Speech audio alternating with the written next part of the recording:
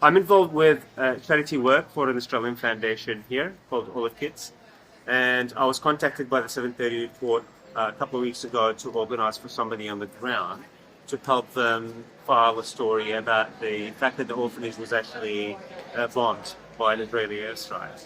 So we organised for this to happen, and Rushdie was the journalist, the videographer that they organised to meet the manager of the orphanage on the ground. A package was actually completed by Rushdie, which was never aired by the 7:30 report. However, like other reports that were compiled by Rushdie were.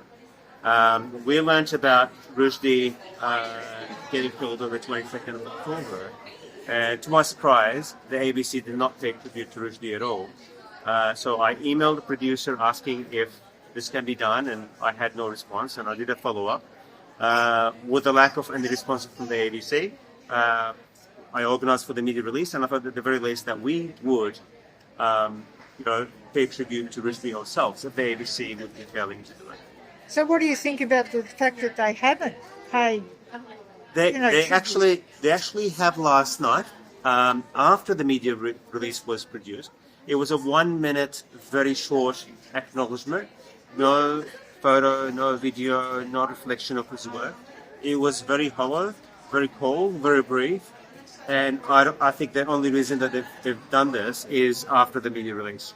So what do you think about the role of the corporate media generally and the ABC including, which are basically putting forward pro-Israeli material? Honestly, I think the media in this country are starting to use Israeli army talking points, which is sad because like you're talking about one party of that conflict really being the source of the news. This is absolutely unacceptable. And to be honest, I would expect better, particularly from our national broadcaster.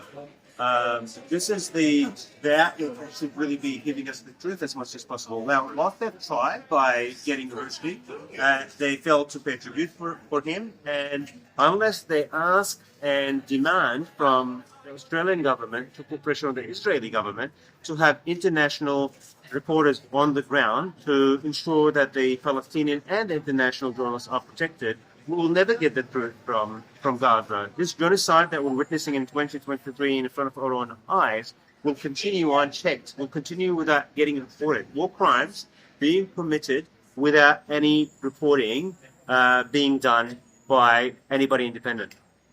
What do you think about the fact that the Albanese government is absolutely supportive of what is taking place, the barrage, the extermination being carried out by the Israeli government? They're complicit in it. They are absolutely complicit.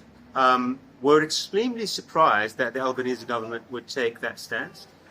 When in fact we were talking about here recognizing traditional owners, and we're having the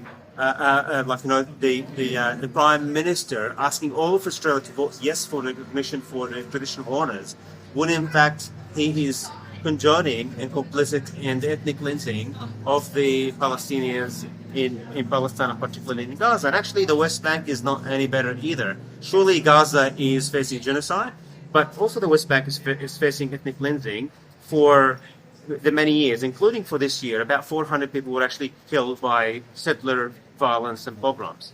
So we're talking about a government here in Australia that are perfectly okay and condoning what is happening against the Palestinians. You've heard about the fact that Tom Joyner, who was a Middle Eastern journalist for the ABC, has been stood down as an investigation because he dared question on WhatsApp, a private WhatsApp.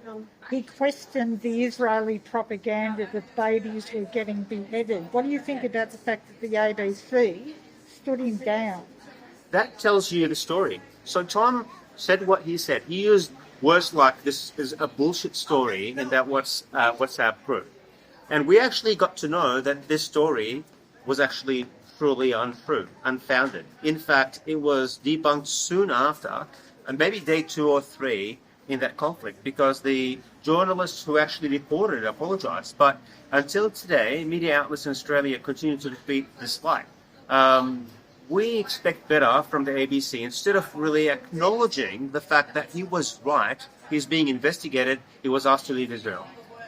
This is the problem. If journalists like Tom see this and hear this, what will happen? They will be taking those Israeli army talking points and using them because they'll be too scared to question anything otherwise because their job is on the line. This pattern continues, and I think whether it's Julian Assange or anybody else who does not necessarily follow what the governments would like them to say and do will face consequences as extreme as in the case of Julian Assange, or as mild as the case of Tom Joyner potentially being taken out from Israel for reporting the reality the way he sees it, as opposed to the way he was given those scripts from the Israeli army.